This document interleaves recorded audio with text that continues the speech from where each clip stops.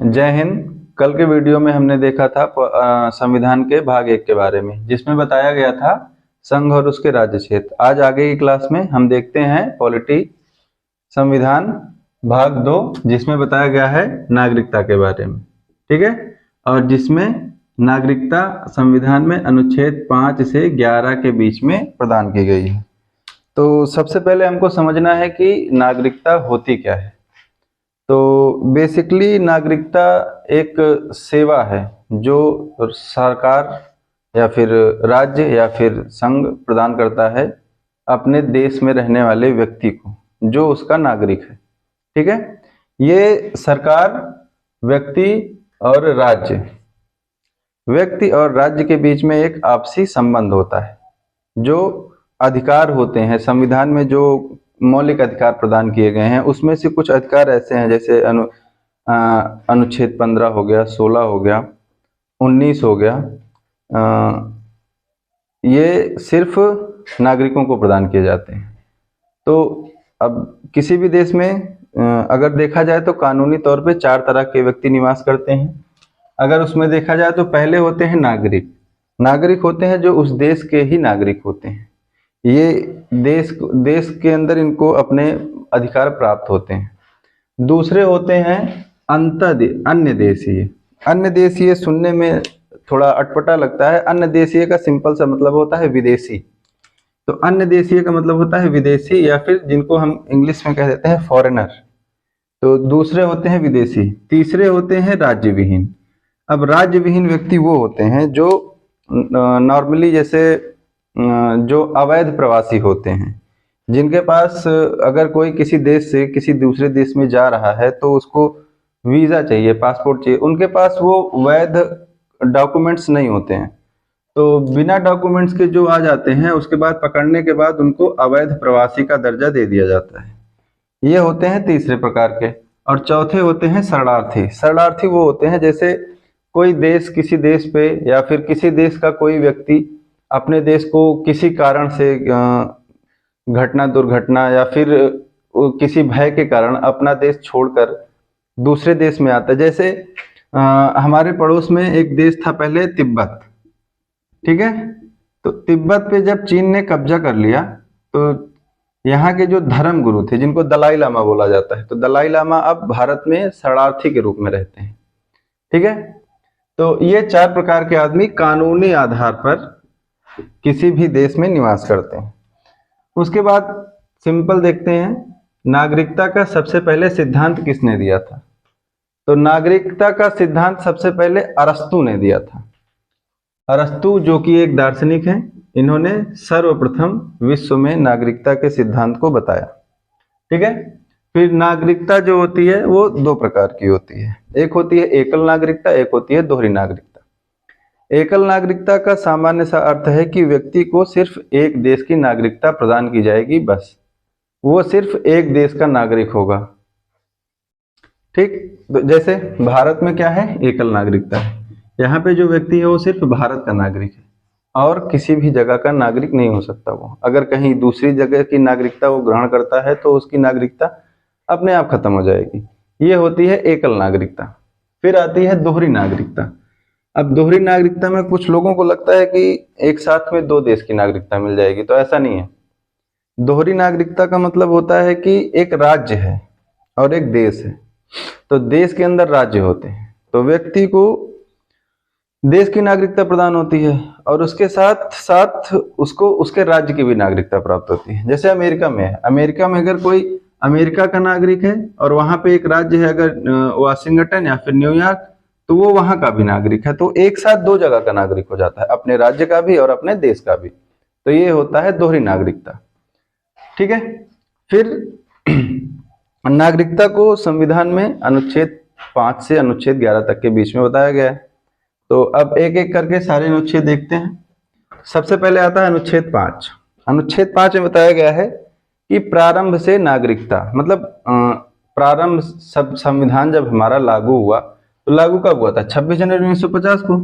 तो 26 जनवरी 1950 को जब ये, इसका मतलब होता है कि संविधान के प्रारंभ पर नागरिकता, मतलब संविधान जब प्रारंभ हो जाएगा 26 जनवरी 1950 से लागू होने के बाद, तब किन किन व्यक्तियों को नागरिकता प्रदान की जाएगी।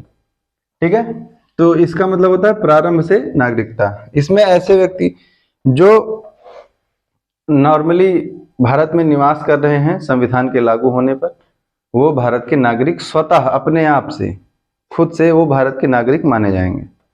ठीक है, फिर आता है अनुच्छेद 6। अनुच्छेद 6 में था जब विभाजन का दौर शुरू हुआ। जब विभाजन हुआ तो जिन्ना की वजह से पाकिस्तान बन गया अलग देश। जिन्ना ने बताया कि पाकिस्तान चलते हैं, सारे मुसलमान पाकिस्तान जाएंगे भारत के। तब मौलाना आज़ाद ने कहा था कि सारे मुसलमान पाकिस्तान नहीं जाएंगे, कुछ पढ़े लिखे भी हैं। उनका मतलब था जो गए वो जैसे थे वैसे थे। तो अनुच्छेद 6 में पाकिस्तान से भारत आए।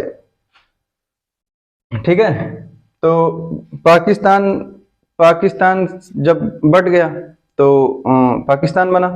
फिर अब कुछ लोग ऐसे थे जिनको भारत में रहना था, कुछ लोग ऐसे थे जिनको पाकिस्तान में रहना था। तो जिसको भारत में रहना था विभाजन के बाद वो चले गए पाकिस्तान में। तो पाकिस्तान में चले गए तो उनको भारत, वो फिर जब विभाजन हो गया तो वो भारत लौट के आए। तो भारत आने के बाद एक डेट बताई गई 19 जुलाई 1948। ठीक है, तो अगर अब ऐसा तो है नहीं कि जो पाकिस्तान से भारत आएगा सबको नागरिक बना दिया जाएगा, तो अभी तक आते रहते। तो इसीलिए 19 जुलाई 1948 एक तारीख रख दी गई कि इसके पहले जो पाकिस्तान से भारत आ जाएगा वो अपने आप यहाँ का नागरिक माना जाएगा, और जो इसके बाद आएगा 19 जुलाई 1948 के बाद उसको नागरिकता मिलेगी पंजीकरण के द्वारा। तो पंजीकरण करना, अब एक निर्धारित अधिकारी रख दिया जाएगा जो पंजीकरण करेगा। उसके लिए भी शर्त थी कि व्यक्ति को 6 महीने तक पाकिस्तान से आके, अगर 19 जुलाई 1948 के बाद वो आ रहा है तो पाकिस्तान से आकर 6 महीने तक वो भारत में निवास करेगा। 6 महीने निवास करने के बाद फिर वो संबंधित अधिकारी के पास जाएगा, अपना प्रमाण दिखाएगा कि देखिए साहब हम 6 महीने से यहाँ पे रह रहे हैं, हम पाकिस्तान से आए हैं, 19 जुलाई 1948 के बाद आए हैं, हमको नागरिकता दीजिए। तो एक फॉर्म भरेगा, फॉर्म भर के रजिस्ट्रेशन, जैसे होता है हर चीज का रजिस्ट्रेशन, तो अपना रजिस्ट्रेशन करेगा। रजिस्ट्रेशन करने के बाद उसको उस देश की, भारत की नागरिकता प्रदान कर दी जाएगी। तो ये था अनुच्छेद 6। फिर आता है अनुच्छेद 7। अनुच्छेद 7 में बताया गया है कि भारत से पाकिस्तान गए। अब भारत से पाकिस्तान कैसे? तो भारत से पाकिस्तान गए तो, लेकिन अब जब गए तो अब जिस लिए बना था पाकिस्तान सबको पता है। पाकिस्तान बना 1947 में, उसके बाद उसने तुरंत कश्मीर पे आक्रमण कर दिया। तो वहां पे ये चीजें होती रहती, देश ही ऐसा है। तो भारत से पाकिस्तान जो लोग गए तो पहले तो बहुत खुश होके चले गए कि नया देश बना है पाकिस्तान, जिन्ना जी रहेंगे, मौज करेंगे, तो चले गए। लेकिन कुछ टाइम रहने के बाद जब उनको रियलाइज हुआ कि नहीं, पापा पापा होते हैं, बेटा बेटा होता है, तो उनको फिर से भारत की याद आई। ठीक है, तो भारत की याद आई तो वो फिर से भारत आए।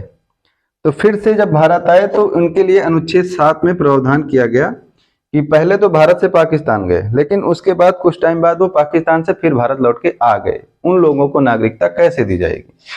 तो इसके लिए भी एक तारीख बताई गई, 1 मार्च 1947। 15 अगस्त को देश आजाद हुआ, 14 अगस्त को पाकिस्तान बना। तो 1 मार्च 1947 के बाद, 1 मार्च 1947 के बाद जो भारत से पाकिस्तान गए और फिर वो वापस आ गए, उनको नागरिकता प्रदान की जाएगी। कब? जब वो आके 6 महीने रह लेंगे, 6 महीने निवास करने, भारत में निवास करने के बाद वो पंजीकरण कराएंगे। पंजीकरण हो जाएगा उनका, उसके बाद उनको भारत का नागरिक मान लिया जाएगा। ठीक है, उसके बाद आता है अनुच्छेद 8। अनुच्छेद 8 में बताया गया है कि जो लोग भारत के बाहर रहते हैं, जैसे आज़ादी के टाइम बहुत लोग थे जो भारत के बाहर निवास करते थे और उसके बाद उन्होंने भारत की आज़ादी में बहुत योगदान दिया है। ठीक है, बाहर से रह के। ठीक है, तो उन लोगों के लिए नागरिकता का प्रावधान किया गया। तो इसमें बताया गया कि अगर कोई है जो भारत के बाहर निवास कर रहा है, उसका जन्म भारत में नहीं हुआ, लेकिन उसके माता या पिता का जन्म भारत में हुआ हो, दादा या दादी का जन्म भारत में हुआ हो, ठीक है, तो उसको भारत का नागरिक क्या है, माना जाएगा। ठीक है, तो ऐसे लोग अपनी जो नागरिकता है वो भारत की प्राप्त कर सकते हैं अगर उनके माता पिता या फिर दादा दादी में, मतलब पेरेंट्स में और ग्रैंड पेरेंट्स में कोई अगर अविभाजित भारत, मतलब विभाजन के पहले वाले भारत में, अविभाजित भारत में अगर कोई जन्म लिया है उनके माता पिता दादा दादी में, तो उस व्यक्ति को अपने आप से भारत का नागरिक माना जाएगा। ठीक है। अगर आपको ये क्लास अच्छी लगी है तो चैनल को सब्सक्राइब कीजिए। अगली क्लास नेक्स्ट टाइम आपको अनुच्छेद 9 से अनुच्छेद 11 तक और नागरिकता अधिनियम 1955 के बारे में जानकारी दी जाएगी। धन्यवाद।